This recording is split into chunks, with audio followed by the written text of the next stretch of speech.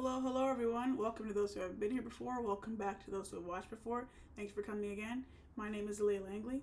As you can tell from the title of this video, I will be giving my rankings of the 2025 Best Picture nominees. The Oscars, the Academy Awards are on March 2nd. I'm a little under a month away from where I'm recording right now.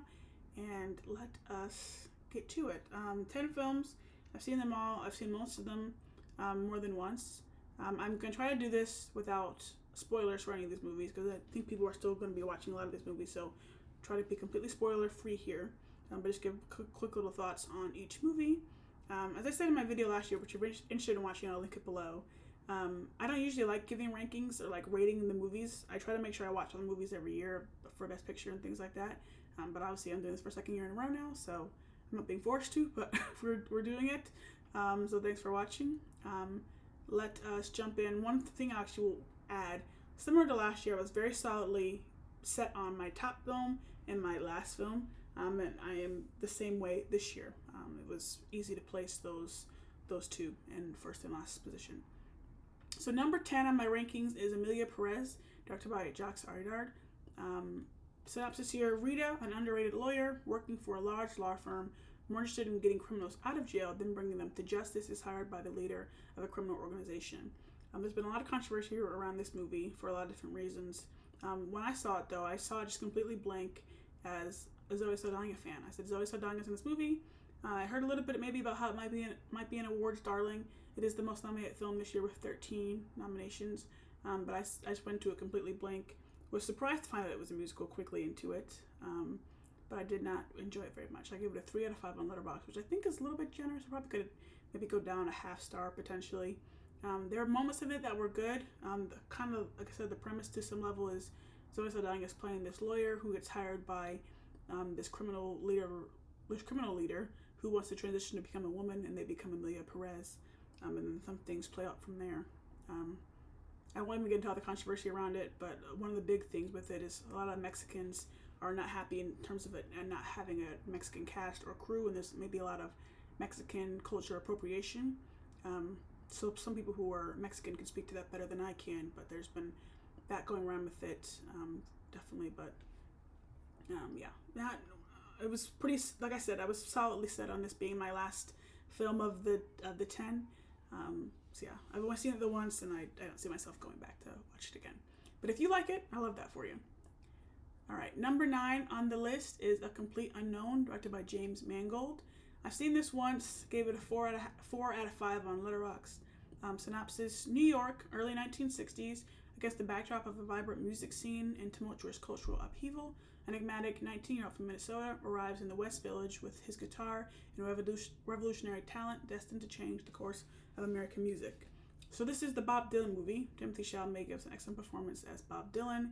I knew nothing about Bob Dylan. I couldn't tell you what he looked like. I still can't really. I couldn't name a song of his, anything. So I was able to come into this completely blank, which I think to some level was good because I was able to not have any like preconceived notions or like expectations on the screen when seeing Timothy's performance.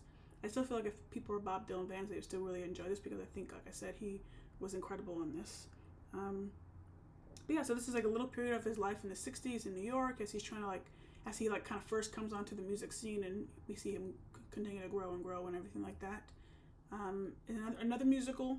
Like I said, for me, I didn't know anything about Bob Dylan or his music and things like that, so it was kind of nice to learn anew all these things about him or this kind of period in his life, or at least as this telling from James Mangold. Yeah, really good movie. Because I've only seen it the once. I would see it again, but just haven't at this point. I probably would, if I were to see it again, I probably would try to see it at home, not necessarily go out to the theater again. But yeah, really great movie. Number 8. Lost track already. Number 8 on this list is The Brutalist, directed by Brady Corbet. I've seen this once, gave it a 4 out of 5 on Letterboxd. Synopsis: Escaping post-war Europe, visionary architect Laszlo Toth arrives in America to rebuild his life, his work, and his marriage to his wife, Ezrabat, after being forced apart during wartime by shifting borders and regimes. On his own in a strange new country, Laszlo settles in Pennsylvania, where the wealthy and prominent industrialist Harrison Lee Van Buren organizes his talent for building, but power and legacy come at a heavy cost. This is like the long movie. This is the one that's 3.5 hours, That includes a 15-minute intermission. One thing I will say about it, though, I didn't feel like it was 3.5 hours. The intermission certainly helps because you get up and stretch and get some water or whatever. But I wasn't sitting there watching my clock. No one in the theater, I didn't see not a single person lift up their phone once or their watch once to check the time, which I really appreciated because it's so annoying when people do that or are on their phones in the movies. But it didn't feel like long, which was nice. Some people have said that part 1 is better than part 2, which I would probably agree with.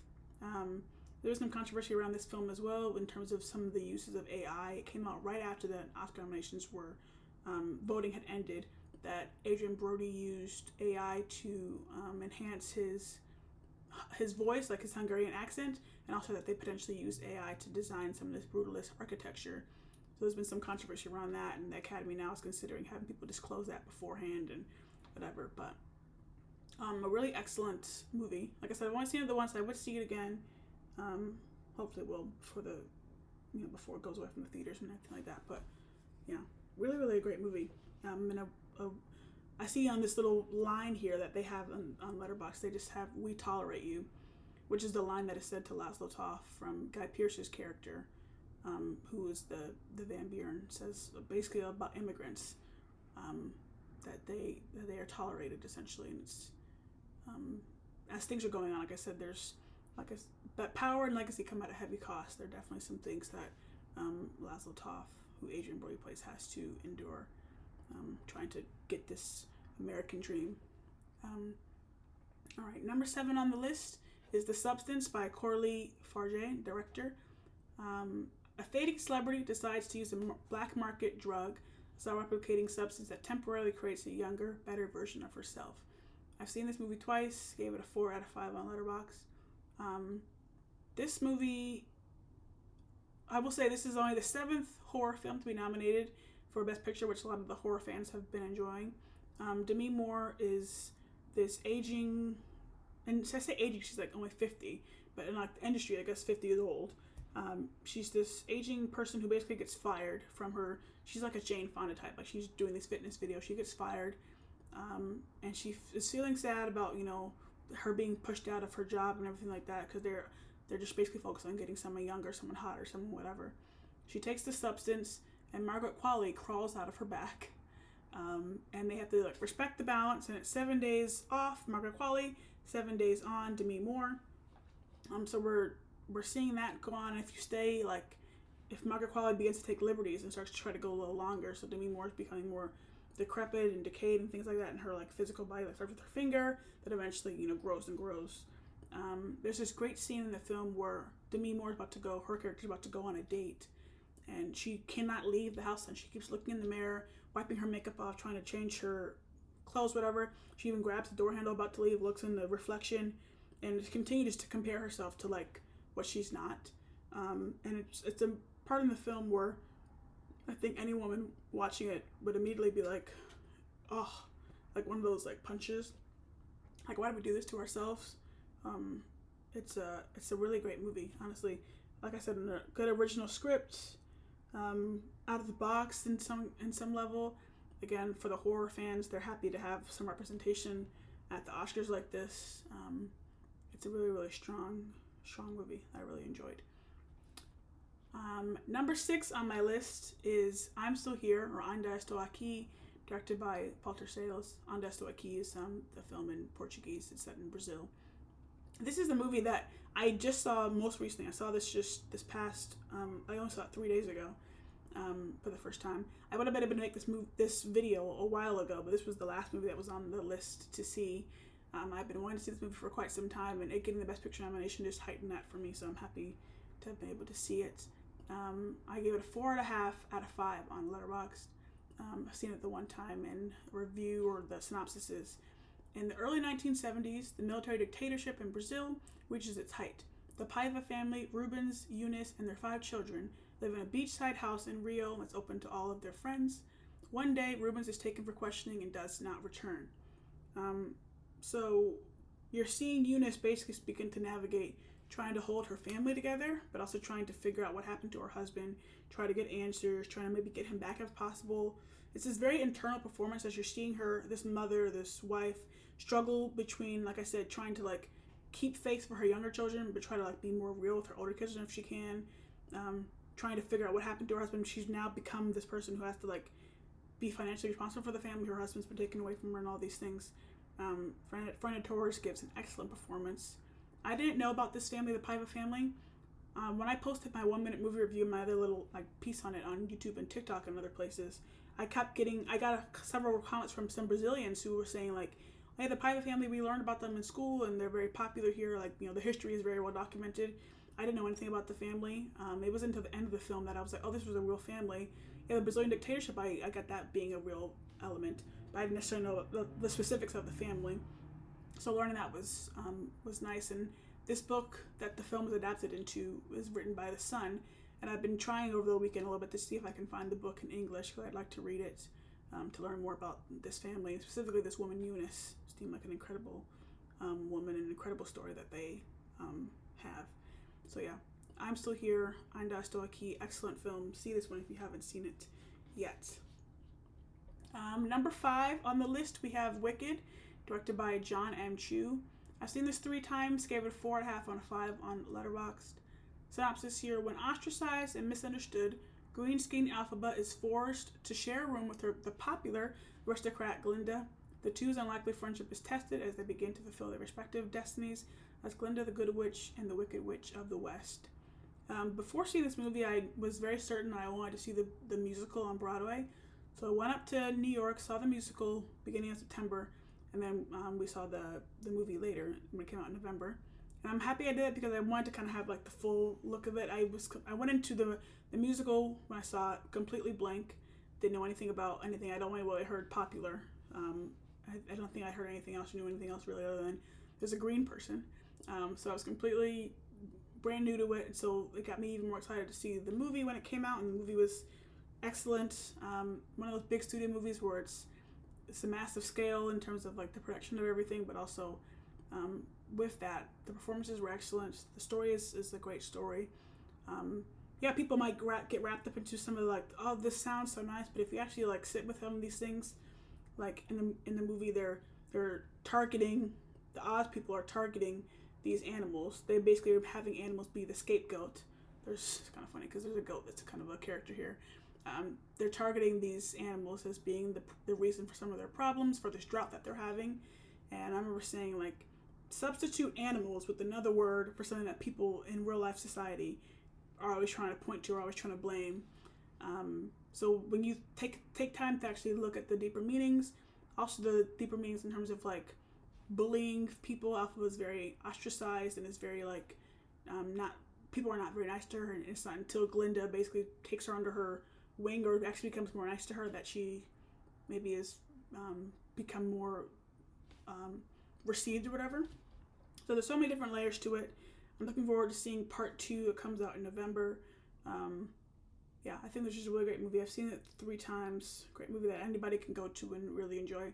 Like I said, in terms of some of the deeper parts of it, or like the feelings and trying to identify more of these things in it, in terms of like the bullying, in terms of like always trying to otherize people, or always trying to find someone to blame. More things that I think adults really should try to be paying more attention to, and potentially tell your kids about it as well, because it's not something that we should be doing at all. All right. Number 4 on my list is Conclave, directed by Edward Berger. This is a movie that this is one of the ones that I could have had. This could have been 2, 3, or 4. Like, it was just like, these next 3 are all kind of ones that could be shuffled. But I have Conclave at 4 today. I've seen it twice. Gave it a 4.5 out of 5 on Letterboxd. After the unexpected death of the Pope, Cardinal Lawrence is tasked with managing the covert and ancient ritual of electing a new one. Sequestered in the Vatican with the Catholic Church's most powerful leaders until the process is complete, Lawrence finds himself at the center of a conspiracy that could lead to its downfall. So, a conclave in general is the private meeting in the Roman Catholic Church. It's a private meeting between the cardinals to elect a pope. I didn't know anything about the RCC or knew anything about how they got a new pope, essentially.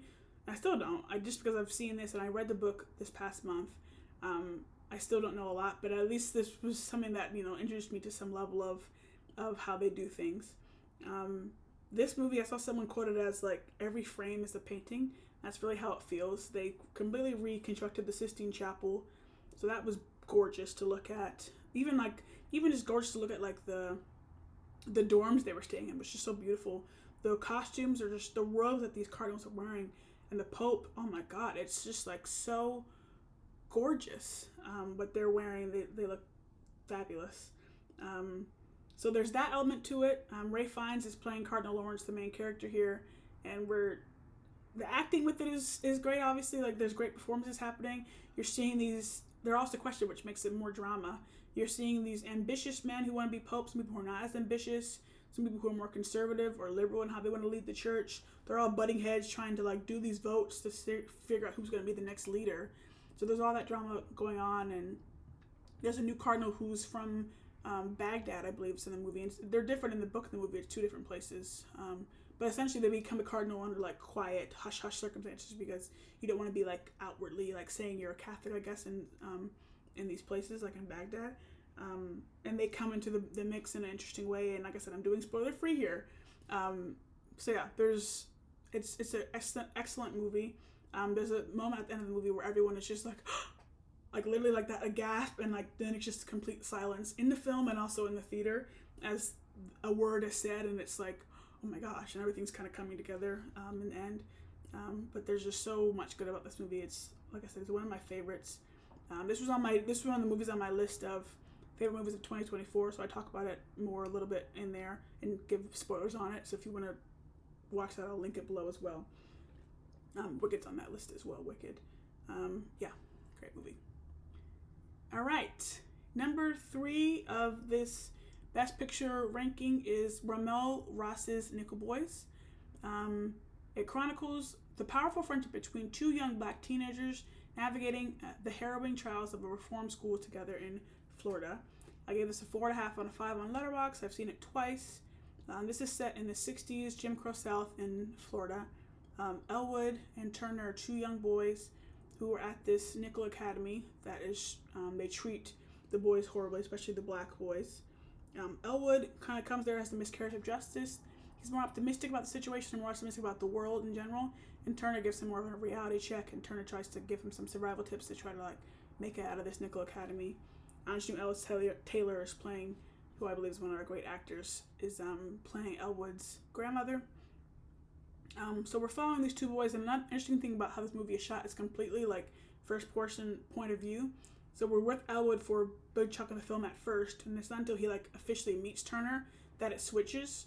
So the characters are actually were wearing, as obviously we didn't see them, but they were wearing like cameras, and it was like that point of like direct essentially. So it's a interesting way to really shoot the whole movie. And again, I'm remaining spoiler free here, but this was a book I read a couple years ago. It's my favorite Colson Whitehead book. It won the Pulitzer, actually a second Pulitzer he won. It's my favorite book of his, so I knew the story and everything like that, but seeing it this way from Ramel Ross's vision and just the performances, having the story retold to me again in this format was just excellent. This is one when it was nominated for Best Picture, I was so happy because I was like, oh yes, some people will see it because it's not for Best Picture, so I'm happy that it got that nod. I wasn't sure if it would, and it's just a fantastic film that I recommend to everybody, and the book as well, recommend to everybody. All right, we're getting to the top 2 here. Number 2 on the list is Dune Part 2, directed by Denis Villeneuve. This movie and the first movie are the ones I've seen the most. I've seen this one 6 times, gave it a 5 out of 5 on Letterboxd. Synopsis here: follow the mythic journey of Paul Atreides as he unites with Chani and the Fremen while on the path of revenge against the conspirators who destroyed his family. Facing a choice between the love of his life and the fate of the known universe, Paul endeavors to prevent a terrible future only he can foresee. So this is one of those movies that it's like you want to see in IMAX. I think I've seen this movie probably 5 times in like IMAX and maybe once at home, but it's one of those, it's like the scale of it is so incredible, as well as the story with it and everything that's going on. You have some great characters here, some great actors here, some great performances, just everything is so excellent with the movie. And it's one of those I kept wanting to see it over and over again and again. I saw it first time on like a Thursday in like the last day of February, and then I like went back like 2 days later or something like that and just kept seeing it over and over and over again. And it's just like an excellent film. I like the first movie a lot, but this one I think surpassed that. And it's one of those, I think some people like have forgotten about it because it came out in relation to the other movies that came out in the past couple of months. This one came out March 1st. So it's been with us for a while. It got delayed. It was kind of supposed to come out actually in November the year before, but then it got delayed because of the strike and things like that. So they pushed it to March 1st. And I think it's just an excellent film. I just was like, it was so great. Paul Atreides, who Timothy Chalamet plays, becomes this Lisan Ghalib, who was like the leader of these Fremen people. He's an outsider, and it's kind of like he's becoming this like kind of like messianic type figure. And we're starting to see little hints of like maybe that way that's not like a good thing to have like messianic figures in your life, in terms of like maybe humans like becoming these people.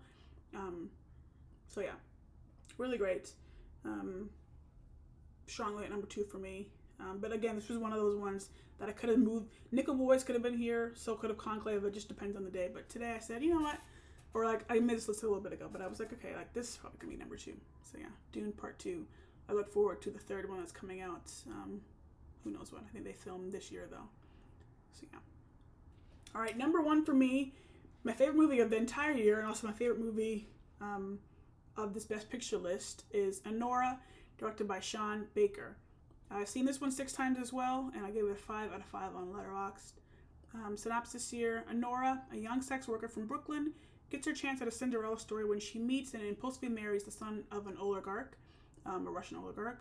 Once the news reaches Russia, her fairy tale is threatened as the parents set out for New York to get the marriage annulled.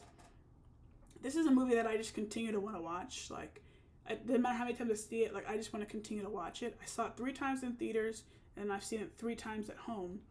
I actually just watched it again this past week. It's such a ride. There's so many different genres in this movie. It's like a slapstick comedy. It's like a romance movie. There's like some dramatic parts of it. There's so much going on. We're following Mikey Madison's Anora. She goes by Annie in the film. She marries, like I said, the son of a Russian oligarch, and they go on this ride together essentially, and then everything comes like to a screeching halt when they find out about this marriage. And some of the Russians, Vanya, who is Mark Edelstein's character, his like kind of handlers find out about this. They like come to the house, try to break them up, and do all these things. There's this 28-minute shot in the center of the film where there's like this invasion scene into the home, and they're separated, and he runs away, and then she's stuck there with these men.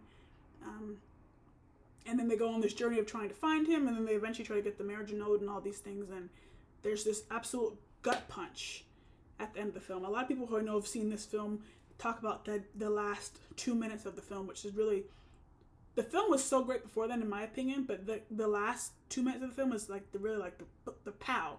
I know for when I saw it the first time, people were laughing throughout the movie, and I wasn't laughing. Not that I couldn't have laughed, but I was kind of just like, I don't know. I was just really focused. I was just trying to like think about how Annie was feeling. Annie was not laughing, but things are very funny as these characters come in and are saying these kind of crazy things that are like make you laugh. She's cursing them out, and there's all this crazy stuff.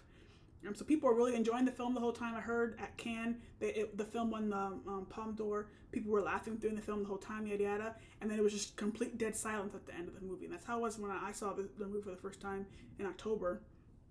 Just completely like, you don't want to speak anymore because you're just absolutely hit with like what goes on. And I'm not gonna say what the movie how it ends. Again, this is what I talked about in my favorite movies of the year. The top 5 of my list are all in my favorite movies of the year video. So if you want to watch that, go watch that. If you want to hear about my thoughts about the ending. But yeah, so that movie for me, like I said, it's the one I want to continue to watch over and over and over again. It's like such a medley of genres. Mikey Madison gives an incredible performance in this film, incredible, as well as Yura Borsov in the film. He's a supporting actor who got an Oscar nomination as well, and he's just so good. It's just excellent. I can talk about this movie all day. Like I said, I want to continue to watch it. I probably will end up watching it again this week or next week. Like I can just put it on and just start listening to it, watching it, laughing along with it sometimes. But then again, when you get to that gut punch thing, you're just like, whoa. And that really is, for a lot of people, it's something that just like completely elevates the whole thing. Even further, at least in my opinion, from what it already was. It already was an exceptional film. So that is my top one of the year. That's what I'm saying is I'm excited about it even more so, or happy that people are thinking about it again, because just this weekend it won the Critics' Choice Award, and it won the Directors Guild and the Producers Guild awards this weekend, which is very big. So some people are thinking about it again. I never left it because you never knock out a Palme d'Or winner. So yeah, that is my list. My list of 10. I will put them somewhere here. My ranking. Give me your ranking for the films. Have you watched all these films? What films do you have yet to watch? Are you even going to watch them all? Let me know. I'm going to unlock this list on Letterboxd. I had it private up to this point, but I'm going to make it public. Like I said, I was waiting to see Ein das du aquí to solidify my positions, but I pretty much had everything pretty much set. I just needed to figure out where I was going to put I'm Still Here.